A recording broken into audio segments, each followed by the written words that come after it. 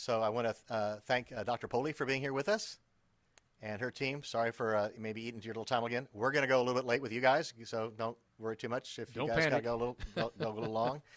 Want to thank you all for being here. Dr. Polley, I'll let you introduce your team. It's a star-studded group. Really appreciate you all joining us. I want to thank you in advance, and we look forward to your great conversation. Absolutely. Thank you for the introduction, David Scott, and thank you to the audience for joining us today. I'm Dr. Lindsey Polley, and I lead Defense National Security efforts at Starburst Aerospace. And I'm very excited to moderate this next panel on how innovations and policies changes within the on-orbit servicing and manufacturing landscape influence space sustainability efforts. And to guide us through this discussion, we've reunited a stellar group of panelists. And I say reunite because we tackled a similar topic earlier this year at South by Southwest through another panel sponsored by Millennium. So I know we're in for a great discussion today. Today's panel, we have Dr. Moriba, Associate Professor at UT Austin, as well as a co-founder and Chief Scientist at Privateer Space. We have Ms. Charity Weeden, Vice President of Global Space Policy and Government Relations at Astroscale US. And we have Dr. Patrick Kelly, Senior Astrodynamicist at Millennium Space Systems. Thank you all so much for joining me today. I'm so excited to be back on a panel with you three. Since we're starting a bit late, let's go ahead and start today's discussion with in-space servicing, assembly, and manufacturing, otherwise known as ISAM, the combination of advancements in technologies that lend themselves to space-based services, combined with the increased accessibility and decreasing price of commercially provided launch services, along with record-setting venture capitalist investments, have all drastically lowered the barrier to entry to operations in space, which have sort of opened a floodgate of opportunity and growth within the new space economy, and that includes ISAM-related markets. So Moriba, I'll go ahead and pose this first question to you. Although we're seeing a great period of technological advancement, why is it still important that we think through ISAM-related issues and begin crafting policies and partnerships around these topics? And from your perspective, what are the pros and cons of further incentivizing ISAM activities? Yeah, thanks, Lindsay. And then shout out to Charity and Patrick. Good to be on this stuff with you folks again. Look, if humanity wants to be successful in space exploration, which it needs to, if it wants to extend its expiration date as a species eventually, ISAM is critical. Like, we don't get there without ISAM. So that has to happen. Now, aside from kind of being this cool thing where something like, rendezvous and meets up with something else and fixes gadgets and stuff like that, there are some things that are still missing that I feel are huge gaps to making this close. On the technical side, I've been approached by numerous people saying, "Oh yeah, cool. I have this cool ISAM kind of system, and we're going to do all these cool things. We're going to fix stuff. We're going to remove debris and all these things." I'm like, awesome. Where are you going to get the information for all that stuff that's up there, given that we don't have a database that really extends the description of objects just beyond like orbits? And so planet Earth has a variety of catalogs and databases. Most of the catalogs, as we call them, like with the 18th, really just describe trajectories, and everything is modeled as a sphere. There aren't many spherical satellites, just like, when people, that kind of joke with mathematicians and physicists is, assume the cow to be a sphere to make the math easier kind of thing. That's what we do with objects in space. That does not help ISAM. People aren't trying to do ISAM on cannonballs. So that's an issue. And other databases like ESA, Discos Webb, and these other things, they have a variety of information, but there's no database that aggregates all this stuff that has the Rosetta Stone equivalent. Because even the nomenclature, the way we designate objects, even that's inconsistent between one database across humanity and another.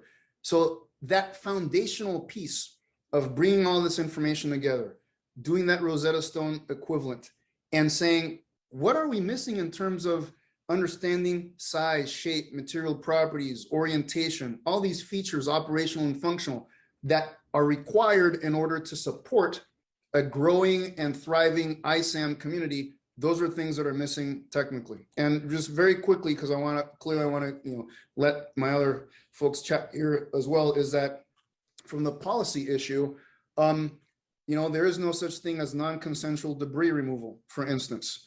If something's taking up space and you want to get out of the way and you see that it's a hazard, somebody's got to give you permission to do that. And if it has no associated country, is that okay to take it out of the way? And what are the ramifications if damage is done, harmful interference, like all these things? For objects that have multiple launching states associated to them, all those countries are jointly liable for that sort of thing. So I don't know if there's a satellite that needs to be serviced where there's joint liability between the US and India, can a company just say, oh, well, I'm just going to talk to the Americans, and if they say yes, it's okay? Well, I mean, if India has liability for it as well, shouldn't a conversation happen with India? So there's all these things that I to this day, even though I bring it up all the time, I just don't hear people talking about this stuff. Their eyes are goo-goo on just ISAM and collision avoidance and all this other crap. They're not focused on these hard things. So anyway, my 2 cents, voila.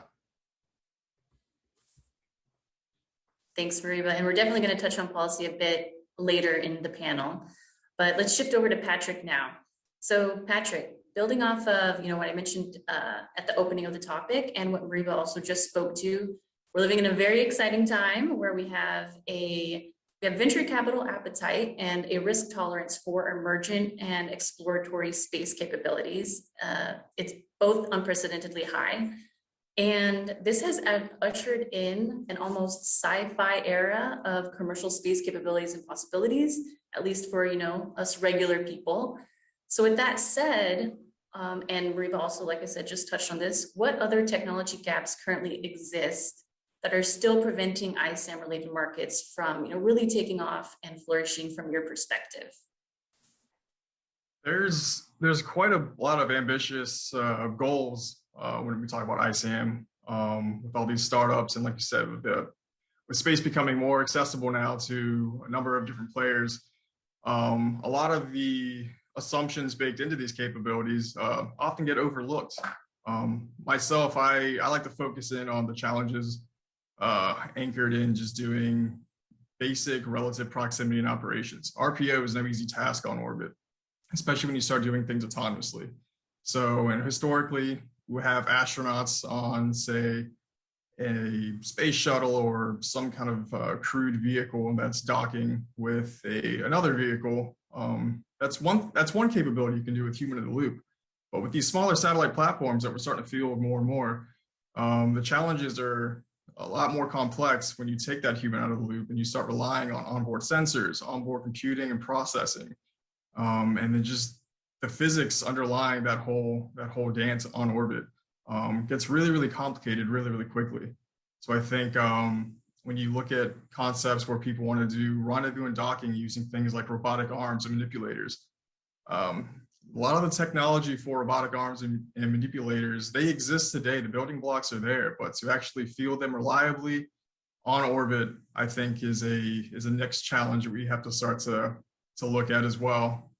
You simply can't just move your manipulators on orbit like you do, on Earth, because in space you're not anchored to anything fixed, so to speak. So when you start moving things on orbit, that robotic arm becomes a sort of attitude actuator in itself if you're not careful. So some of these challenges, anchored in just the complex dynamics, complex onboard estimation techniques, feature recognition, if you want to have cameras on board and sensors that actually, find these non-spherical objects that Moriba was referring to earlier. These satellites aren't necessarily meant to be interacted with on orbit. So you have to have really good feature recognition, really good autonomy on board to understand where to place your actuators safely and how to do ISAM operations safely and effectively without creating on-orbit collision events. Thanks, Patrick. All right, Charity, As a fellow policy guru, I'm very excited to get your take on this next question. We couldn't talk about in-space servicing, assembly, and manufacturing markets without also talking about its relationship to policy.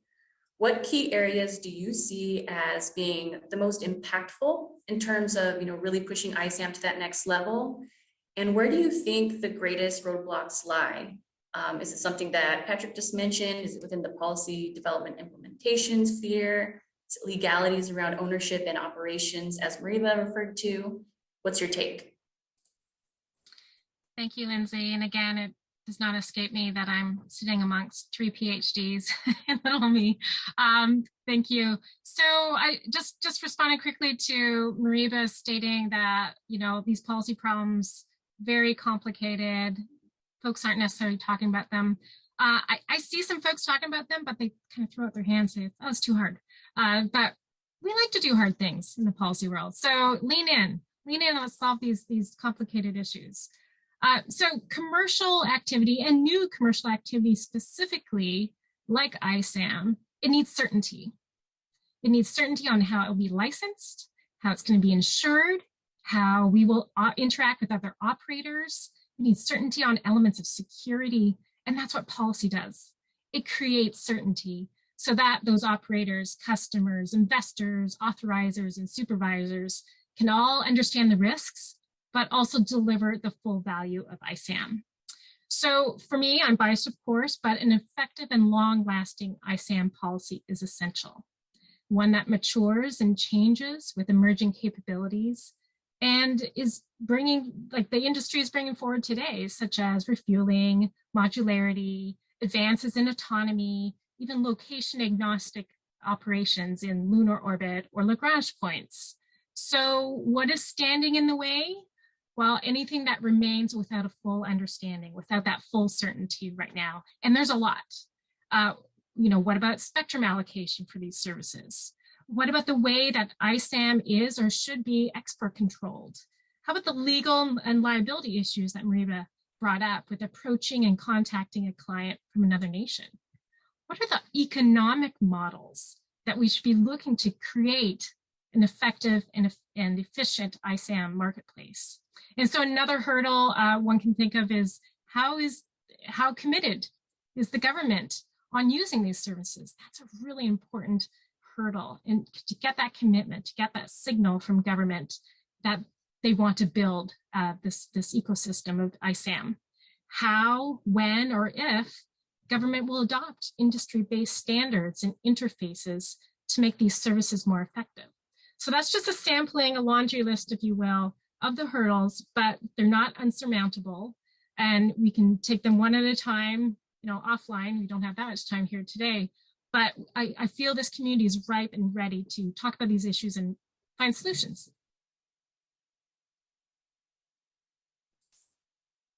Thanks, Charity. I love how you phrased the role of policy as a stability providing mechanism to promote the development of the new space economy. I think policy is sort of that last area to get looked at oftentimes, but coming in and help providing stability for how we're going to build this out in the future.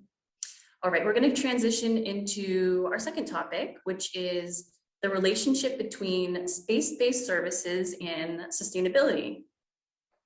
And Charity, I'll go straight back to you and building off of what you just were speaking about. So the White House recently released their national ISAM strategy, which among other items calls to prioritize environmental stability and sustainability through the development of standards and best practices for the new space economy. And it really emphasizes and encourages a sustainability approach from the beginning.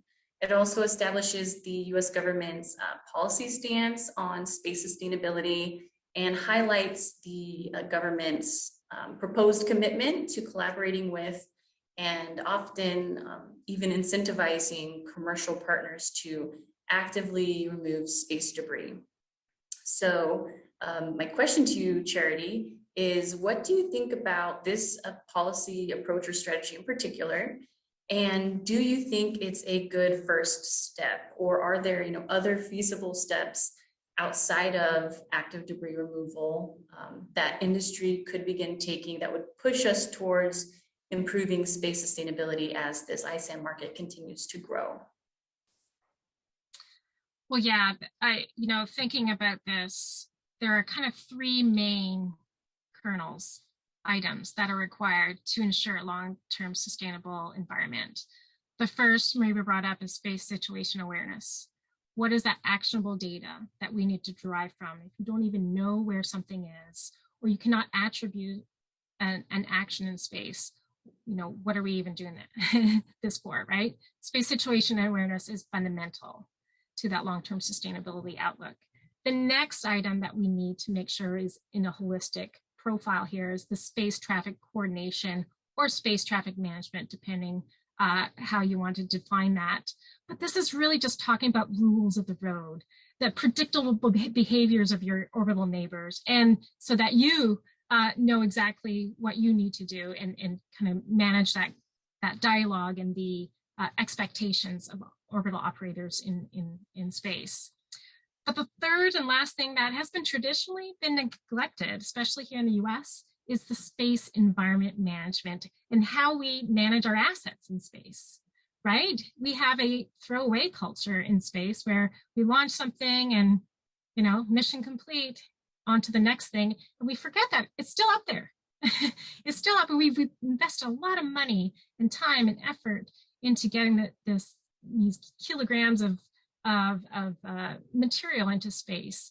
And so what can we do with that, and how does it impact the environment? So, it's really exciting to see this ISAM strategy, the national strategy.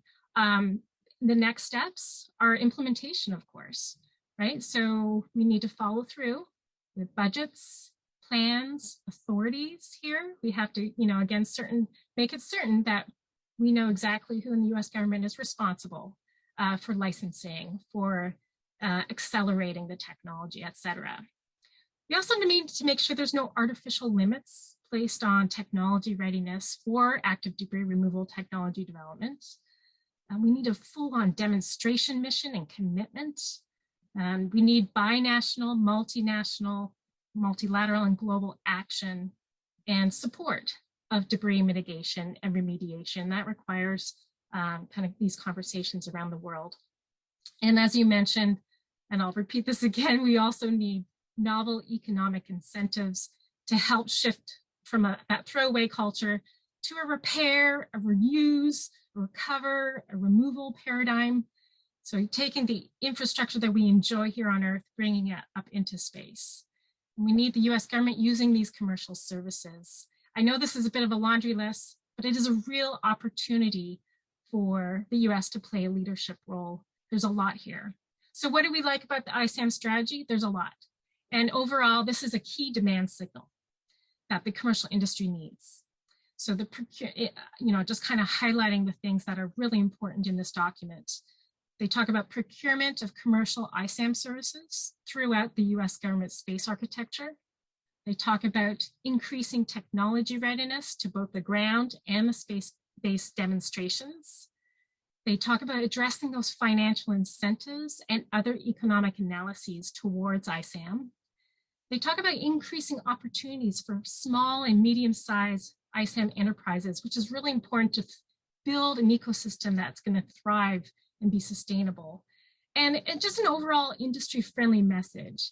And this is where industry actors like CONFERS, a consortium for the execution of rendezvous and servicing, it's a group of 60 ISAM focus actors, can help, can have that dialogue with the government on the implementation of the strategy. It had a really strong statement of commitment towards debris removal, which is something that I hadn't seen before. And then last but not least is it promotes that international collaboration, because let's face it, this is an international item. We're going to have this dialogue about, if you have another nation satellite, what is normal, what is responsible, and what is legal as well. So it's definitely good news, and there's more to do after this. Thanks, Charity. I could talk the policy segment all day, but we'll go ahead and move on. Let's move on to Patrick. I'll have you kick us off for this next question, and then I'll open it up to the rest of the panel for anyone who would also like to chime in. building off of what Charity just spoke to, when space sustainability is discussed, it's often, or at least it appears to be almost exclusively spoken about in the context of active space debris removal. Patrick, is the active deorbiting of space debris really the ideal step to cleaning up space? Or is it that we're in a point where it's the only real feasible method? And a follow on to that, what type of alternative options or capabilities do you guys see on the horizon? I think active debris removal is an important step when we talk about space sustainability. If you look at the population of orbital debris right now, there are many tens of thousands of objects on orbit, uncontrolled, that will persist well, not necessarily indefinitely, but for a long time, possibly cluttering up and getting in the way of future missions. So active debris removal while it is a big part of that, it's not the only piece of the equation. Preventative measures are much more effective. One should think about, before you go on orbit, take a conscious effort to minimize your footprint and be a little more proactive about the impact that your satellite's going to have while on orbit. So something we tried to demonstrate along that same line of thought here at Millennium was the Drag Racer flight demonstration mission, where we put up a 12U CubeSat platform that's split into two 6U modules. One of them was equipped with a rapid re-entry device called the Terminator tape. So it was a very, very long space tether that deployed over 70 meters. So that's something we did by design, proving out that you could create satellite systems that have debris removal baked into the design. So that's, with that demonstration, we showed that with the Terminator tape concept, we increased the deorbit efficiency, rather the ballistic coefficient, surface area, all that, by over 40 times the nominal amount that you would get without the tether. So we saw that the module equipped with the tether rapidly re-entered the Earth's atmosphere from a 500-kilometer altitude within 8 months, while the untethered system would persist close to that 20-year time frame, still within the 25-year standard by design. But we really wanted to show that active debris removal is important, but being thoughtful about how you design your satellite from the front end could be perhaps more effective, because that's something that takes care of itself, doesn't require another vehicle to go on orbit to go chase after it and remove it later. So just kind of helping the industry and folks involved and curious about space to sort of realize that we can be thoughtful, we can be proactive, and that's the kind of thinking we need to start encouraging more across all domains, especially in space, so that we can keep it accessible and useful for everyone in the future. All right, before I move us on to the next question, Moriba or Charity, any other areas where we should be directing space sustainability efforts aside from active space debris removal? You want to take that, Charity? It's up to you. If you have something to say, go for it. Moriba, I'll talk after you're done. Well, so look, I mean, I really like to be able to separate sustainability from environmentalism, because it's like environmentalism is about the ecosystem and the environment itself, regardless of human activity. Whereas I believe sustainability, the big distinction is that sustainability is all about how do we maximize being able to freely and in an unhindered way utilize the resource, utilize space in perpetuity, right? And so, yeah, I think, beyond the things that we've talked about here, I think it makes a whole lot of sense to look at how sustainability practices have developed in other areas, land, ocean and all that other stuff, and what out of those things and lessons learned can we bring into space sustainability. I just feel that in general, space people tend to be very insular and like reinventing wheels, kind of like to be elitist about these sorts of things. And, I'm going to come up with my own jargon and terminology, which is mutually exclusive from the rest of the planet that has done sustainable stuff for a while. That doesn't make sense. Like, we should be looking at where sustainability has been ineffective and developingly effective, again, in land, ocean, that sort of stuff, and using those terms and trying to bring those minds into our problem. And I just don't see enough of that. I'll just add on here that space sustainability is the goal and ISAM is the tool. And I really like Patrick's notion of we have to prevent debris, and that's absolutely true. But as we know, accidents happen in space, and we need to have methods to making sure we can operate fully and functionally in orbit. And let's face it, we don't have 2 decades. We don't have 1 decade. We don't have 5 years, I don't think. We need to do something today. And so we can use the tools that we're all building right now, that technology development, for the purpose of, if it needs to be debris removal, great. If you're building out tools to extend the life of satellites or to repair them, great. Let's, put it all on the table. But I think time-wise, we need to be careful that this is an urgent issue. Thank you, Charity and Patrick. All right, Moriba, your last comment was a perfect segue into my next question. You've been a big advocate for the idea of embracing lessons from the perspective of Indigenous peoples and members of First Nations on how we think about and inform the future of space debris and space traffic. And one of those lessons is the idea of promoting sustainability by having a successful conversation with our physical environment. So being aware of changes in its state to help us decide what we should or shouldn't do, and then using that information to guide our next steps. When you think about this idea in relation to our current space economy, in particular with the large constellations that are scheduled to launch and space tourism that's just at the cusp of starting to take off, do you think we're still in a position where we can have that successful conversation with our space environment in order to prevent some of these harmful patterns of behavior that we have carried out here on Earth from being repeated in space? Or do you think we're already sort of approaching that threshold?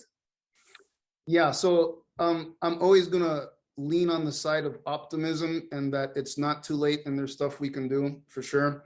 All of my observations of nature show me that life is resilient, and when you take your hands off of the wheel or the gas pedal, as it were, it's like equilibrium is something that is nearly almost always reached. So yeah, I feel that there are things that we can do. The whole idea of the successful conversation with the environment. Yes, it comes from indigenous practices, and in particular, I met this one scientist. Her name is Famuina. She's from Samoa, and it was some Australian kind of space thing that happened not too long ago. And she's a wayfinder, so she's a scientist and she does wayfinding. Which kudos to her, because there's no way you can get me on an outrigger canoe crossing the Pacific. Like, that's just not my thing. I'll applaud her though, and everybody who does that. But one of the things that she had said in this conversation was, yeah, I mean, the way that you survive out on the ocean over those very desolate, gaps is knowing the structural integrity of your canoe, trusting your leader trusting all the other people on crew, properly reading not just the swells and the currents, but the temperature of the water, the types of birds you might see, aside from wind direction, which is kind of obvious, right? But also it's like clouds, type of clouds, like all these things. And they're integrating all these multiple sources of data and information concurrently, and they're to make constant decisions for the purpose of being able to stay alive. So sustainability is like the bottom line. It's like if they don't have that successful conversation, they don't live. And when I speak to people from indigenous cultures, one common theme is this idea that if you don't do these things, it's an existential crisis. I feel that we need to start approaching how we operate in space and utilize space in this existential crisis kind of stuff. It's like, we don't make it if we're not successful at utilizing space in a way that's harmonious and long-term sustainable, where I said sustainability for me is humanity's long-term use and resource utilization of space. And in particular, when I see people launching satellites and all this other stuff because we can or because it's legal, the principle that I really like about traditional ecological knowledge is empiricism. And another thing that's kind of common amongst indigenous people when it comes to this sort of thing is people don't behave in ways that go beyond the headlights. And what I really mean by that is they take lots of observations. They might have some interaction with the environment. They wait to see what's the response from the environment before they make the next decision. We don't do that for space. We want to launch hundreds of satellites every few weeks. We have no clue, zero clue. Anybody who says right now that they understand they can predict how this is going to scale is like completely fooling you. We have no clue what the unintended consequences are of us behaving this way, because we are not giving the space environment, which we want to use sustainably, we're not giving the space environment enough time to provide us the feedback for how to make the next decision so that sustainability is the outcome. And that's the thing that really angers me, is that people go, oh, I'm just going to do this, do that because I can. I'm doing everything legal. Space is big. It's going to work out. That has not resulted in the outcomes we've wanted on land, ocean, any of that stuff. Why would space be any different? Why all of a sudden we're like sages, even though we don't even talk to other people about this stuff or have inclusive dialogues about this? So as you can tell, I'm not passionate about this at all. There it is. I'm going to get off the stage. Thank you so much. Thank you, Moriba. I always leave it up to you to give us a healthy dose of truth, so greatly appreciated. All right, I know we're closing in on time, but we still have a couple other questions. So Charity, I'm going to pose this next question to you. Reaching back to a previous topic, the National ISAM strategy highlights the importance of inspiring the future space workforce. As someone who's been involved in both the public policy development side as well as the commercial sector, what types of opportunities or potential across that spectrum most inspire you? And from your perspective, what does that future look like with respect to the new services and technologies? And do you see, the everyday average person being able to play some type of role in reaching and benefiting from that future? I love that question because I think of it as a end user of space, right? Used to be in the military, use space all the time. But in fact, we're all end users of space, even right now with these things in our pocket. So we should all care about this issue. I feel like the workforce today and tomorrow is going to demand employers do more. And they're doing more on fundamentals like climate change as well. Like this is going to be an important issue that your workforce is going to look to you for leadership and hold you to account. We need that vibrant and enthusiastic workforce full of creativity and commitment in order to solve these huge challenges like growing congestion in orbit due to debris and activity. So if this sector wants to compete, as I feel it does, if it wants to grow, to excel, to do the once considered impossible, it's going to need to attract talent from all walks of life and backgrounds and to take bold measures. So the space sector specifically needs to set an inspiring yet challenging goal. And I think employing that full potential that stems from ISAM is a bold and laudable goal. So that's what I feel all of us end users of space, and we are all end users, we can get behind something like that, a functional, prosperous, sustainable space environment that supports the services we all enjoy here on Earth. I hope that answers your question. Absolutely. Thank you so much, Charity. All right, before we close, I'd like to turn the mic over one last time to our panelists for about a minute each to offer any closing thoughts that you'd like the audience to take away with them from today's conversation. Let's go ahead and start with Patrick, and then we'll move on to Moriba and let Charity get in the final word. Thanks, Lindsey. I think a common theme you're seeing throughout this talk is the concept of global communication, globalization, and coming together globally to try to solve these problems and tackle the challenges. I think what's great about space is that, in its very nature, there are no borders. Space is, everywhere, all around us, all the time. And it's enabled us to be connected and to collaborate more at faster timelines, unprecedented amounts of interconnectedness on a global scale. I think, the fact that space is allowing for that sort of globalized conversation is actually what's going to help, drive the conversation to find these types of solutions, because it really isn't going to be on just the US or the other global leaders to come up with these solutions to help keep space accessible and sustainable for all of us. It's going to take all of us to come together and agree on proper usage of space, thoughtful solutions on how to create these capabilities that enable ISAM and enable these ambitious goals that we have for us. So I think what's, we have an opportunity here to, like Moriba said, take lessons learned about what we've learned about other aspects and other thought leaders and with sustainability, and apply those same lessons learned to space and do it correctly, and hopefully not wait too long with the orbital congestion problem.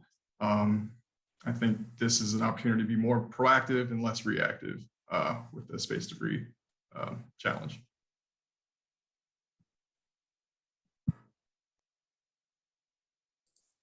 Moriba, over to you for closing thoughts.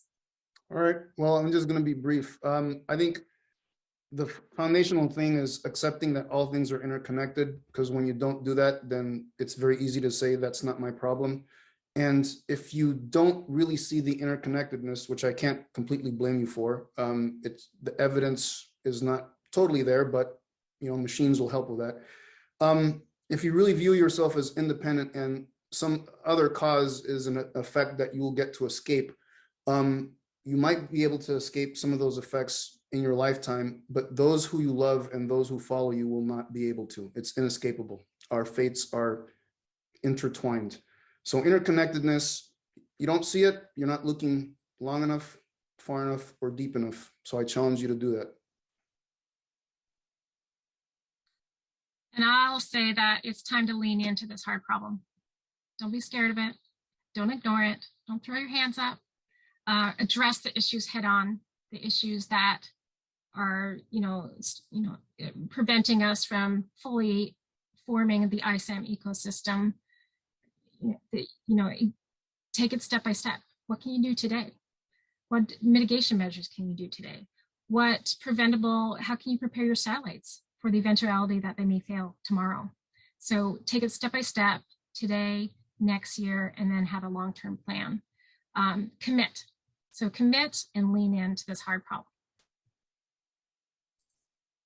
All right, well, that's all our time for today. Thank you again, Charity, Moriba, and Patrick, for joining me. I always love hanging out with the three of you. And a big thanks to our audience. I hope you found today's conversation insightful and will do what you can to advocate for a more sustainable space ecosystem. With that, I will turn it back over to Dave and Scott in the studio. Well, thank you, Dr. Polley. Really appreciate it. Thanks to the entire crew here, to this panel. Fantastic. I appreciate all the sentiments around collaboration and around leaning in, facing the hard truths and making hard decisions. We have to come together. I appreciate Dr. Jaw's point about priorities and focus, et cetera, and let's not kid ourselves about some of these policy issues, et cetera.